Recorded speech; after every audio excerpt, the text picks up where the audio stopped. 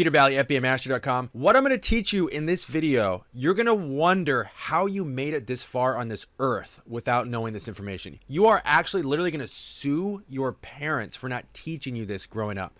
That's how fundamental and transformative this video can be for your business. There are only 2 reasons your inventory is not selling. There are only 2 things you can do to increase sales right now that are responsible for 90% of any issues related to sales. Everyone thinks there's 100 different problems. It's only 2 things. I'm going to make things so simple for you going forward that for the now or in the future, if you ever have an issue with sales, all you have to do is refer to this video and the 2 things I'm going to teach you, and that will solve 90% of problems related to sales. Let's get into it. So what are we going to cover? First of all, the things that aren't responsible for low sales. Everybody blames the wrong things. So I'm going to tell you what's not the cause of any low sales. And number 2, the only 2 reasons your inventory is not selling. You can look at this video as glass half full or glass half empty. Either the 2 things you can do right now to increase sales, or the 2 things that are not responsible for your low sales. So tell me if this sounds familiar. You ship a bunch of inventory to Amazon, you've got big expectations, and then you check your orders page and it's crickets, nothing selling. Or you shipped a bunch of inventory in and you were so sure you're gonna make X amount of dollars in X amount of weeks, and things fell well beneath expectations. This is familiar to all of us at one point or another. Or let's say you're comparing your Amazon revenue this year to the same time last year, and sales are significantly down. You might have the same inventory, even more inventory, but your sales are not increasing to scale and you have a problem. Okay, now let's get to what is not responsible for low sales. These are the things people tend to blame that have little to nothing to do with low sales. Number 1, your feedback score. I'm not saying that any of these things don't matter at all. I'm saying these are microscopic compared to the 2 things that I'm going to teach you. Okay, so it's not your feedback score. It's an easy thing to blame. It's not your feedback score.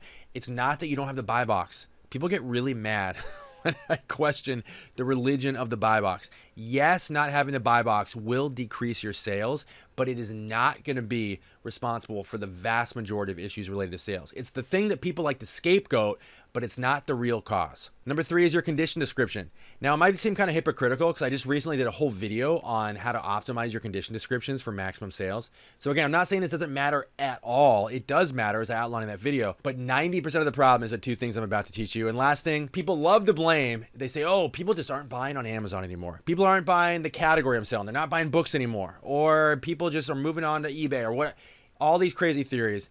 We can safely say people are still buying on Amazon more than they ever have. So it's not that. Okay, so now that we know what not to blame, what is responsible for low sales, let's get this out of the way. My name is Peter Valley. I've been selling on Amazon for over 15 years at this point. I'm a very uncool web guy, which should be plainly obvious by now. I do the website FBAmastery.com. More important than all of that, you can build an entire business off of what I give away for free. That happens in 2 parts. Number 1, go to FBAmastery.com. There's a link below this video. Head there right now. You can get all the free stuff you see here.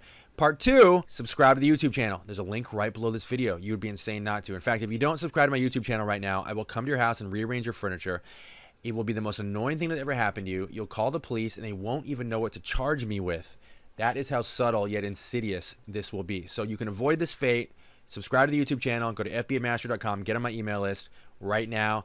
Lastly, there's a much more in-depth version of this video in article form at FBAmastery.com. Link below this video to check that out. Let's get into it. Are you ready for the 2 reasons that are responsible for the vast majority of low sales? The 2 things you have to fix any sales issues. Number 1, low demand inventory. This kind of on one hand sounds really obvious. On the other hand sounds like, why are you even mentioning this? Yes, it does sound ridiculously simple. But Amazon's sales rank is often dismissed by Amazon sellers as merely an academic distraction. And I hear this all the time. It's like, oh, well, sure, the average sales rank for my inventory is like 1.2 million.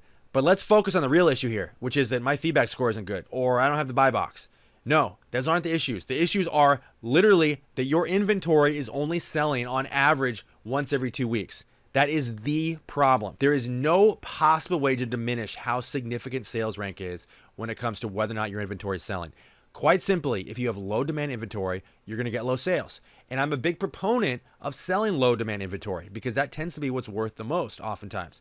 So I'm not saying don't ship in low demand inventory. I'm just saying align your expectations to reality. You can't ship in a bunch of low demand inventory and then get upset when your inventory doesn't all sell out in the next 30 days. That's not how it works. The lower the demand of the inventory that you ship into Amazon, the slower your books are going to sell, or whatever your inventory is, the slower it's going to sell. This isn't a bad thing. It is just a factual thing. And I'm telling you right now, I just solved 50% of any issues related to sales. I'm not even kidding. In fact, it's probably a little bit less than the second one I'm about to tell you is probably more important. When I'm talking to sellers, it tends to be the one that's most responsible for low sales. But again, low demand inventory cannot be dismissed. You must go into your inventory right now, and I want you to look at your sales rank, enable the sales rank column, head over there right now, and I want you to look and see exactly on average what the average sales rank is for the inventory that you're selling. If it's poor, if it's, in the books category, if the average rank is worse than $1 million or whatever, you are shipping in tons of low demand inventory, which again is fine, but you must align your expectations to match the reality that the inventory you have is not selling very often. But it's crazy to me how people just think this is an academic thing. It's like, oh, well, yeah, my inventory is low demand, but like, let's focus on the real issue here. No, this is central to issues related to low sales. Okay, you guys ready for number 2? This is the biggest one. This actually really is the most important one.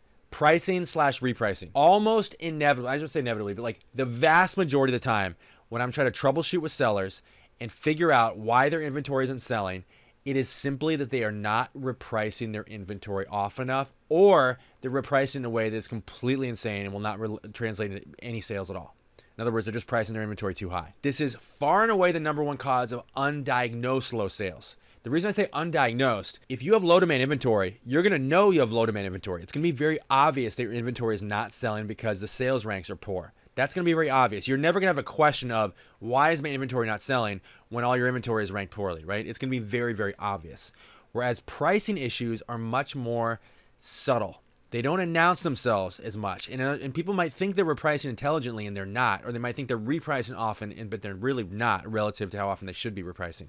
So when I say undiagnosed, this is far and away responsible for the vast, vast, vast majority of undiagnosed issues related to sales.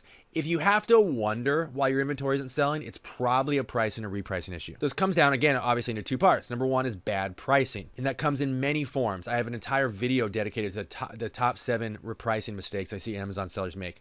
A few of the top ones are pricing based on subcondition. In other words, if you have a book in very good condition, if you're ignoring good condition or acceptable condition and only competing against very good condition, that is a huge mistake.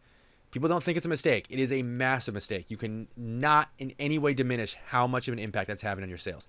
Huge, huge, huge. I was just talking to a seller today, literally over email, about this exact thing. He could not understand why, if all his inventory is in very good condition and why he's ignoring good and acceptable condition, why that would translate to lower sales. Baffling to him. Literally, this was like an hour ago I was doing this. This is very, very common. Number 2, pricing by how much you paid for something. In other words, not looking at your competitors as a basis for how you set your price, but just factoring your buy cost into how much you charge. Your customer does not care how much you paid for an item. That may be hard to swallow. Your customer does not care. How much you paid for something should be not even in the top 1,000 factors that determine how you set a price, ever. It shouldn't be a factor at all. Your customer doesn't care what you paid for an item. It's going to sell just the same, just as quickly, whether you paid $100 for something or $10 or $1. Doesn't matter. Okay, so exclude that from your pricing formula completely. And the biggest one of all really is just pricing too high. There's lots of reasons that people price too high. They just don't understand, they just don't understand basic pricing principles, etc. You're probably pricing too high. If it's not a sales rank issue, it's probably you're pricing your inventory too high and you just don't even realize it. Okay, the second side of this coin, so to speak, is not repricing. If no one can see your inventory, it's the same as that inventory not being for sale at all.